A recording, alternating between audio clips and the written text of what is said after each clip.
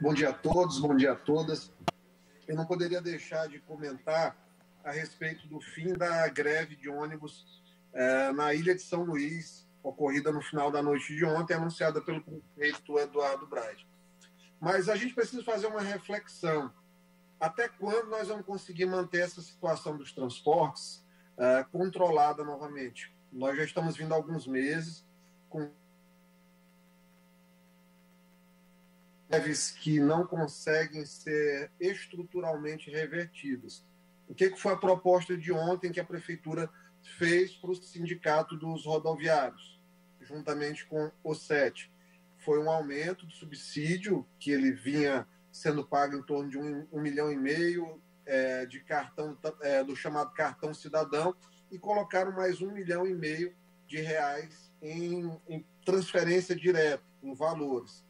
As empresas, elas já deixaram muito claro. Eu tive uma conversa ontem, ainda na madrugada, com representantes do SET. Eles não saíram satisfeitos da negociação, acreditam que é uma solução tampão. No mês de setembro já tem uma nova database e creem que não será suficiente o valor para conseguir colocar os ônibus com a qualidade que a população merece.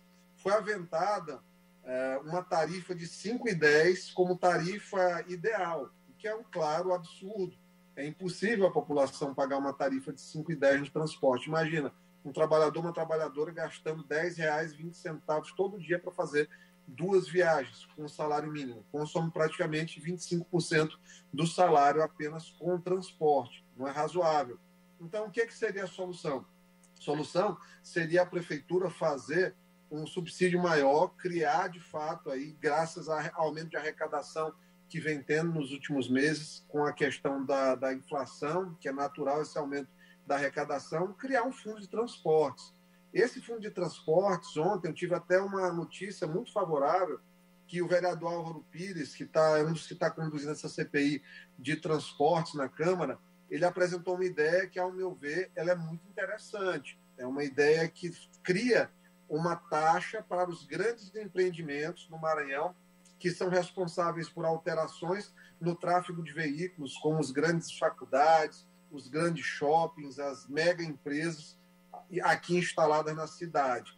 Esse fundo de compensação, rapidamente, ele conseguiria levantar aí R$2 milhões, R$2,5 milhões por mês. Por quê? Porque são várias as empresas que causam grandes transtornos e impactos ao nosso trânsito, e que na época que foram autorizados, lamentavelmente não houve ação do poder público no sentido de normalizar aquilo ali, né, e de cobrar taxas de aplicação, de adaptações de trânsito, tudo isso. Então, hoje, a gente precisa de alguma fonte de recurso nova para custear, e eu acho assim, eu subscrevo essa ideia do vereador Álvaro Pires, vou passar a defender a ideia aqui na Assembleia Legislativa, claro, dando os créditos a ele que trouxe isso, a essa discussão, trouxe esse assunto à baila. Portanto, a Prefeitura hoje ela vive um momento complicado, o prefeito enfrenta greves na educação, já tem um indicativo de greve novamente na limpeza pública da cidade, essa questão dos transportes não está definitivamente resolvida,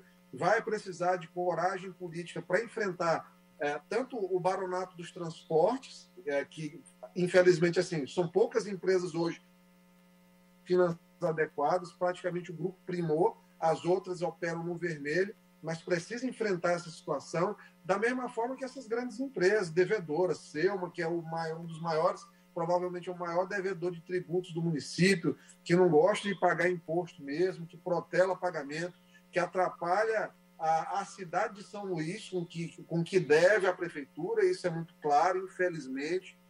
Então, vai ser uma discussão que o prefeito de São Luís vai ter que enfrentar. Ele, naturalmente, é oriundo desse extrato social mais alto da sociedade maranhense. Infelizmente, muitas vezes essas questões de amizade limitam a ação de quem é político dessa forma, aí que tem essa origem política, mas é preciso que enfrente. Caso contrário, a nossa população vai ficar penalizada, daqui a alguns meses vai se falar novamente aumento de passagem, a população não aguenta, o povo está empobrecido e nós precisamos enfrentar de uma maneira altiva e ativa essa situação. Não dá para ficar parado, infelizmente. Em relação ao projeto do Tribunal de Justiça, tive a oportunidade de ler a mensagem de ontem para hoje e vou registrar aqui já adiantar a minha abstenção em relação ao projeto, porque eu creio que... peço mais uns 2 minutos, por favor, deputado.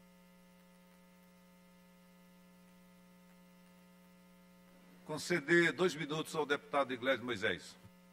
Agradeço. Então, tive a oportunidade de ler o projeto. O projeto ele cria 156 novas vagas de assessoria para o tribunal, cria 7 novos gabinetes, aí 7 novas vagas de desembargador, cria uma figura de um segundo vice-presidente, ou seja, é um projeto que, pelos meus cálculos, minimamente ele vai onerar a cada ano 25 milhões de reais. São 25 milhões de reais que ontem foi dito por um colega deputado, o TJ tem orçamento para isso. Tem, ok, tem orçamento.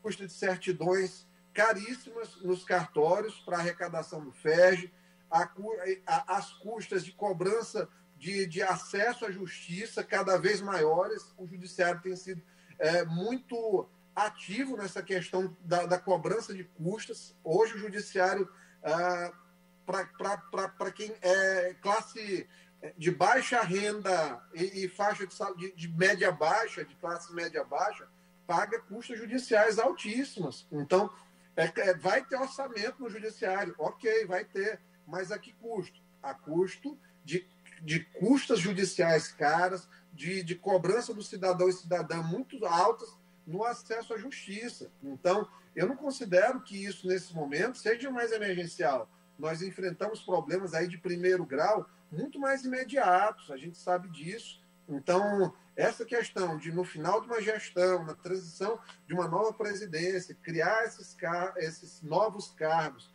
de maneira, ao meu ver, como não houve uma discussão com a sociedade, com os fóruns de justiça estaduais, a própria mensagem é muito vaga em termos do que ela coloca para a sociedade publicamente. Fez um estudo de base eminentemente populacional, dizendo que tem menos vaga no Maranhão do que na maioria dos estados do Brasil. Mas não é só isso que tem que ser visualizado. Tem uma série de questões econômicas e sociais que precisam ser agregadas para se dizer que, de fato, a necessidade mais urgente do judiciário é que são 7 vagas de desembargador. Eu acho que tem coisas imediatamente mais importantes. É a minha opinião e já deixo aqui registrado que não irei participar dessa votação, porque acho que precisa haver uma discussão mais adequada desse tema. Que a mesa registre o meu voto caso vá para a ordem do dia antecipadamente. Muito obrigado.